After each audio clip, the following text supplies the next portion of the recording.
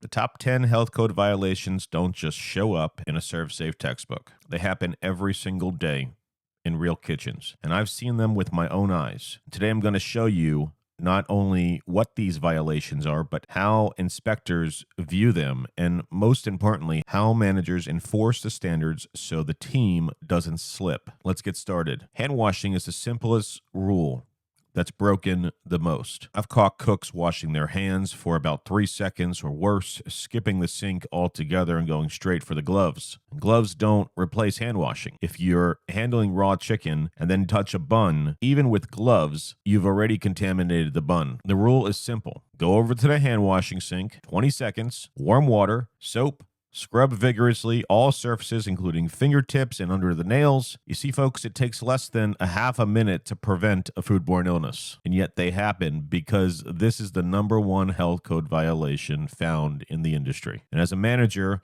you enforce this by example. Wash your hands where people can see you. Keep every sink stocked with soap, paper towels, and signage. And most importantly, you got to do those random checks during service. You got to speak up. You got to ask your cooks, when's the last time you washed your hands? That's one question that sets the standard. So enforce it. #2, cross-contamination. You see, cross-contamination is silent, but it's deadly. And I've seen someone trim raw chicken, flip the cutting board over, and start chopping lettuce. And that's one inspection ticket, but more importantly, that's how people get salmonella. The fix is simple, and it's clear. Use color-coded cutting boards, separate the prep areas, and full wash, rinse, sanitize between tasks. And as a manager, this is about systems. And if you don't provide separate boards or train your staff properly, it's on you. Create the expectation and follow up. A manager who checks the cutting board during prep teaches the team that this is a non-negotiable. #3, time and temperature abuse. The two things that we as managers can control. Some call this the pillars, the 3 pillars of preventing a foodborne illness. You got time as the first pillar, you got you as the second pillar, and you got temperature. You're in control. Food sitting in the temperature danger zone between 41 degrees Fahrenheit to 135 degrees Fahrenheit is a disaster waiting to happen. I once walked into a kitchen where trays of lasagna were left cooling at room temperature for hours. And by the time the inspector came, it was game over. The food was tossed. The violation was written because bacteria grows the fastest between 70 degrees Fahrenheit and 125 degrees Fahrenheit, and every minute counts. So here's your role as a manager. Those standard operating procedures, you got to have a tight control on them. You have to limit how much food leaves the cooler at one time. You got to post thermometers, require temp checks every hour, and log it. Logs protect you, and they keep your staff accountable. But here's another thing you need to know about temperature logs. Once you start them, once you post them, they need to be updated often and frequently because the health department will cite you if they see irregularities within your temperature logs. #4, improper cooling and reheating. One of the most common inspection violations is cooling food the wrong way. A giant stock pot left overnight to cool on its own. You see, that's a breeding ground for bacteria. The rule is simple.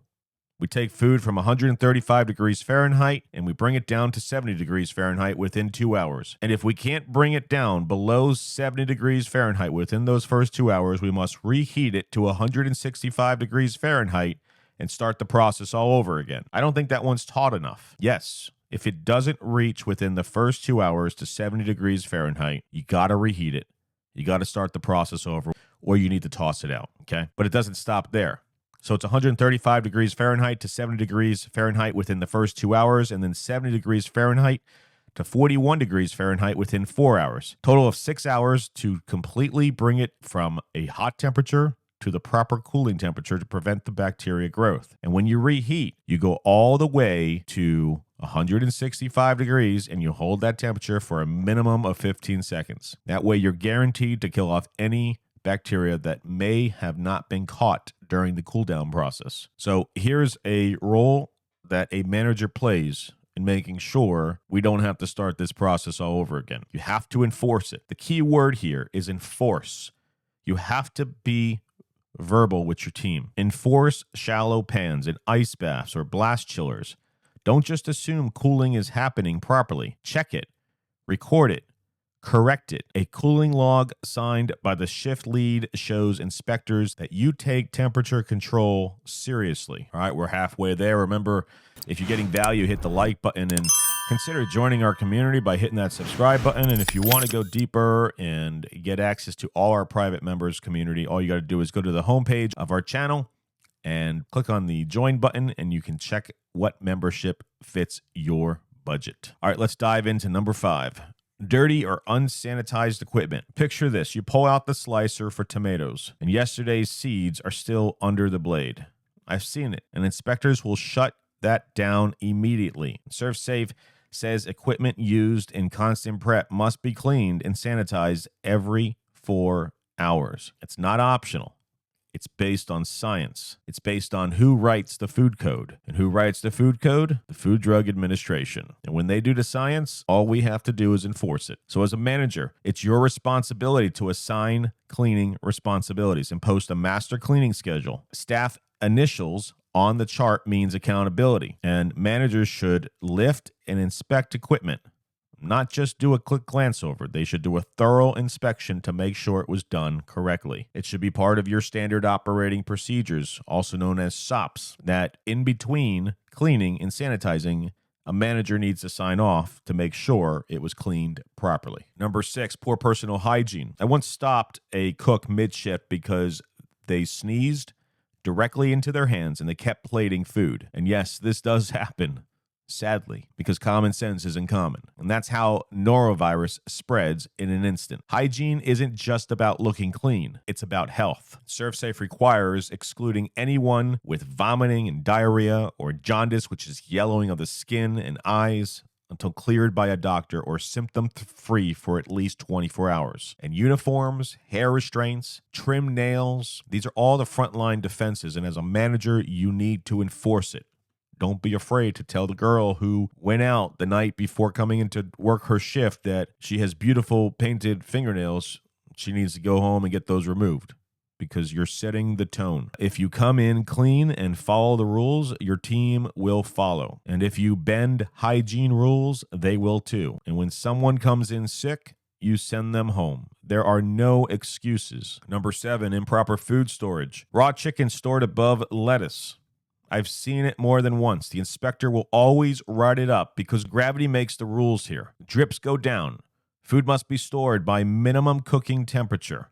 So ready-to-eat food on top, poultry on the bottom, and always 6 inches off the floor. Those things will pop up on your ServSafe tests. Why? Because health inspectors will hold you accountable. Your manager's role is to do a nightly cooler walkthrough. If the food isn't stored correctly, you got to retrain and correct it immediately. This isn't just about passing an inspection. It's about keeping your customers safe. It's about enforcing common sense. It's about enforcing accountability.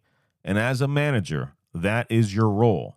To not just know this information, but to enforce it. Number 8, unsafe food sources. Let me tell you about a truck that pulled up once with fish. No paperwork, no inspection records. It looked fine, it smelled fine, but here's the problem. Without the proof, I risked serving unsafe food, and that's my license that's on the line. Everything that we all work for to become restaurateurs is on the line. Our jobs, if we love our jobs, those jobs are on the line. So as a manager, you got to only purchase from approved, inspected suppliers. You got to ask for those HACCP plans, those safety documentations, and you need to reject deliveries that don't meet those standards. Managers build supplier lists and stick to them. And if it shows up without a record, it goes right back on that truck. Don't risk it. I've seen way too many people try to risk it because they needed that fish for that night, and they took the risk with the customer. Number 9, improper holding temperatures. Buffet lines, catering, banquets. These are hotspots for violation. And if the food is lukewarm, it's considered unsafe. The rule is simple. We keep hot food hot and cold food cold. Nothing ever in between. Hot food hot at 135 degrees Fahrenheit or above, and cold food cold, 41 degrees Fahrenheit or below. There are no exceptions. As a manager, we got to calibrate those thermometers. Okay? I have a few shorts on how you can calibrate a thermometer, so make sure you check out the source section on our YouTube channel. But as a manager, you also need to make sure that you check temperatures every 2 hours. and throw away anything outside that safe zone. Staff might complain about the waste. We got to make sure we keep our food safe. Staff might complain. Let them complain. Remember this, that food costs can be recovered, but a guest's trust. Once you break that trust, it's very hard to undo it because you lose it completely. Poor facility maintenance and pest issues. This is number 10. I'll never forget the day a cockroach ran across a prep table during an inspection. Out of all times this happened, the inspector didn't say a word. He just started writing in his book. That place was shut down right on the spot. Grease buildup. Standing water, unsealed dumpsters, they all attract pests. And as a manager, you got to walk through your facility every day with an inspector's eye. Got to keep those dumpsters on paved surfaces, maintain ventilation, and hire licensed pest control operators to come in and spray your operation. Waiting until you see a pest is too late. Prevent it before it happens. Remember, food safety is 100% preventable if we just follow the rules. So here's what we've learned. Every single violation on this list is 100% preventable. If managers enforce standard operating procedures, also known as SOPs, consistently, it's preventable. Health inspectors don't shut down great kitchens. They shut down sloppy ones. And if you're preparing for your ServSafe exam, understand this. These aren't just test answers. They're real-world practices that keep people safe. They protect your business and build your reputation as a leader in the kitchen. So if this lecture has helped you, hit that like button and subscribe to Food Service Education.